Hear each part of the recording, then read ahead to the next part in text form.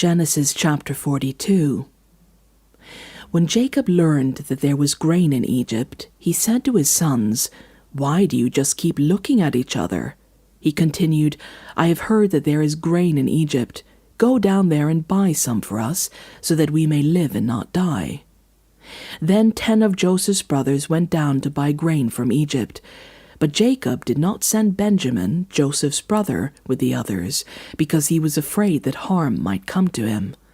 So Israel's sons were among those who went to buy grain, for there was a famine in the land of Canaan also. Now Joseph was the governor of the land, the person who sold grain to all its people.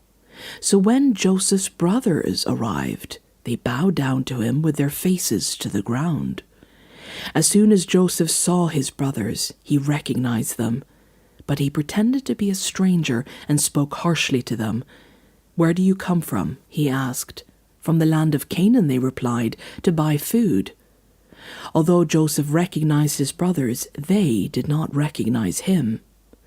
Then he remembered his dreams about them and said to them, "You are spies. You have come to see where our land is unprotected." "No, my lord," they answered, "your servants have come to buy food. We are all the sons of one man. Your servants are honest men, not spies."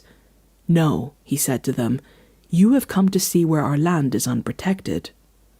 But they replied, "Your servants are 12 brothers, the sons of one man, who lives in the land of Canaan. The youngest is now with our father, and one is no more." Joseph said to them, "It is just as I told you, you are spies, and this is how you will be tested. As surely as Pharaoh lives, you will not leave this place unless your youngest brother comes here. Send one of your number to get your brother. The rest of you will be kept in prison, so that your words may be tested to see if you are telling the truth. If you are not, then as surely as Pharaoh lives, you are spies." And he put them all in custody for 3 days. On the 3rd day Joseph said to them, "Do this, and you will live, for I fear God. If you are honest men, let one of your brothers stay here in prison, while the rest of you go and take grain back to your starving households. But you must bring your youngest brother to me, so that your words may be verified, and that you may not die." This they proceeded to do. They said to one another, "Surely we are being punished because of our brother. We saw how distressed he was when he pleaded with us for his life, but we would not listen. That's why this distress has come on us." Reuben replied, "Didn't I tell you not to sin against the boy? But you wouldn't listen. Now we must give an accounting for his blood." They did not realize that Joseph could understand them, since he was using an interpreter. He turned away from them and began to weep, but then came back and spoke to them again. He had Simeon taken from them and bound before their eyes. Joseph gave orders to fill their bags with grain, to put each man's silver back in his sack, and to give them provisions for their journey.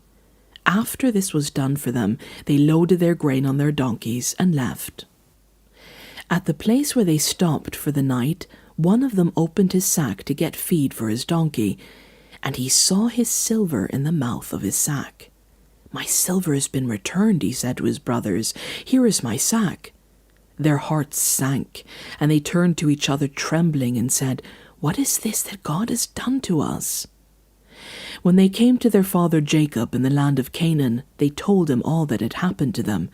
They said, "The man who is lord over the land spoke harshly to us and treated us as though we were spying on the land. But we said to him, 'We are honest men, we are not spies. We were 12 brothers, sons of one father. One is no more, and the youngest is now with our father in Canaan.' Then the man who is lord over the land said to us, 'This is how I will know whether you are honest men. Leave one of your brothers here with me, and take food for your starving households, and go. But bring your youngest brother to me, so that I will know that you're not spies, but honest men. Then I will give your brother back to you, and you can trade in the land.' As they were emptying their sacks, there in each man's sack was his pouch of silver. When they and their father saw the money pouches, they were frightened. Their father Jacob said to them, "You have deprived me of my children. Joseph is no more, and Simeon is no more, and now you want to take Benjamin. Everything is against me."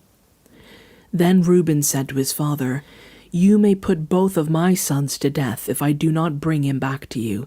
Entrust him to my care, and I will bring him back." But Jacob said, "My son will not go down there with you. His brother is dead, and he is the only one left. If harm comes to him on the journey you are taking, you will bring my gray head down to the grave in sorrow."